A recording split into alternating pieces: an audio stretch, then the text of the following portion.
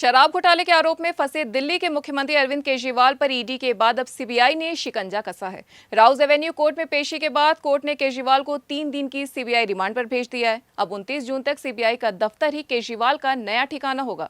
CBI को 29 जून शाम 7 बजे से पहले केजरीवाल को कोर्ट में पेश करना होगा। सीबीआई की टीम 29 जून तक केजरीवाल से शराब नीति से जुड़े सवालों को लेकर पूछताछ करेगी, क्योंकि अब तक वह शराब नीति घोटाले से जुड़े सवालों को टालते आ रहे हैं।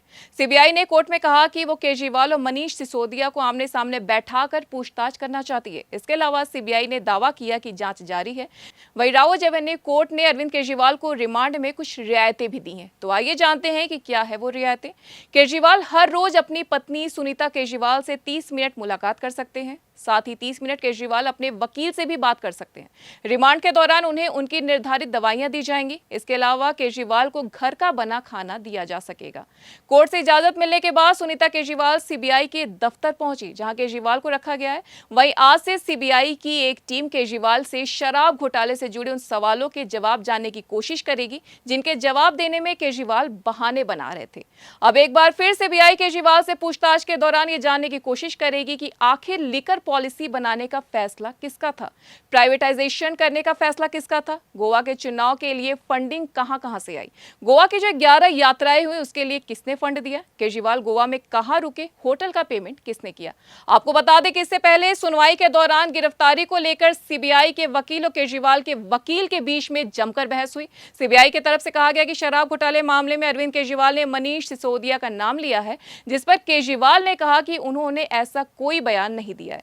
इसके बाद सीबीआई ने दलील दी कि केजरीवाल ने पूरा मामला सिसोदिया पर डाल दिया है, जिस पर केजरीवाल ने कहा कि मनीष सिसोदिया निर्दोष हैं, आप निर्दोष हैं। कोर्ट से निकलने के बाद जब केजरीवाल से उन पर लगे आरोपों पर पूछा गया तो उन्होंने कहा कि वो कोर्ट में बता चुके हैं। अब केजरीवाल पर सीबीआई की कार्रवाई के बाद आम आदमी पार्टी फिर सेंट्रल एजेंसियों को घेरने में जुट गई है।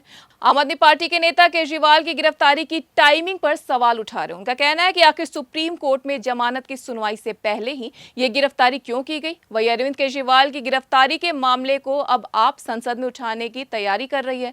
आप नेता संजय सिंह ने कहा कि वह पूरे मामले को लेकर इंडिया गठबंधन के दलों से बातचीत करेंगे और संसद में मुद्दा उठाएंगे। एनवन लाइव की खास खबर। दिल्ली के लोकप्रिय मुख्यमंत्री जो 3 बार से प्रचंड बहुमत से जीत के आए हैं, उनको गिरफ्तार करके जेल में डाल दिया गया। और किस दिन जेल में डाला गया? जब सुप्रीम कोर्ट से उनकी जमानत पर मोहर लगनी थी, जब सुप्रीम कोर्ट से उनके छूटने की पूरी संभावना थी, उस वक्त केजरीवाल जी को सीबीआई ने गिरफ्तार कर लिया। ईडी कोर्ट ने उनको जमानत दे दी। तो मैं समझता हूं कि ये एक तानाशाही का बहुत बड़ा उदाहरण है और भारत के प्रधानमंत्री को जांच एजेंसियों के दुरुपयोग के ऊपर बोलना चाहिए, इसको रोकना चाहिए, अरविंद केजरीवाल को रिहा करना चाहिए। इस मांग को लेकर आज हम लोग यहाँ पर इकट्ठा हुए हैं, अपना प्रोटेस्ट दर्ज करा रहे हैं। और राष्ट्रपति जी का हम पूरा सम्मान करते हैं, लेकिन राष्ट्रपति जी का जो अभिभाषण होता है वो सरकार का लिखा हुआ भाषण होता है। उस सरकारी भाषण में वो लोकतंत्र को लेकर बड़ी बड़ी बातें कहेंगे, उस सरकारी भाषण में वो संविधान को लेकर बड़ी बड़ी बातें कहेंगे, लेकिन जो सच्चाई है जमीन की, पूरे देश में भारत के संविधान और लोकतंत्र को कुचला जा रहा है। झारखंड के मुख्यमंत्री रहे हेमंत सोरेन जी को गिरफ्तार करके जेल में डाल दिया।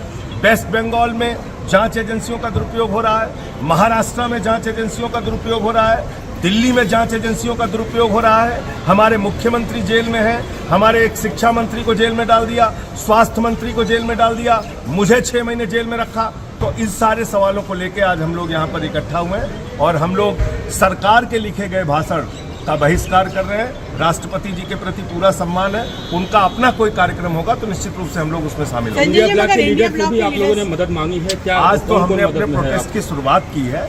अब इंडिया ब्लॉक के भी नेताओं से बातचीत हो रही है और उनके समर्थन से भी इस आवाज को आगे बुलंद किया जाएगा।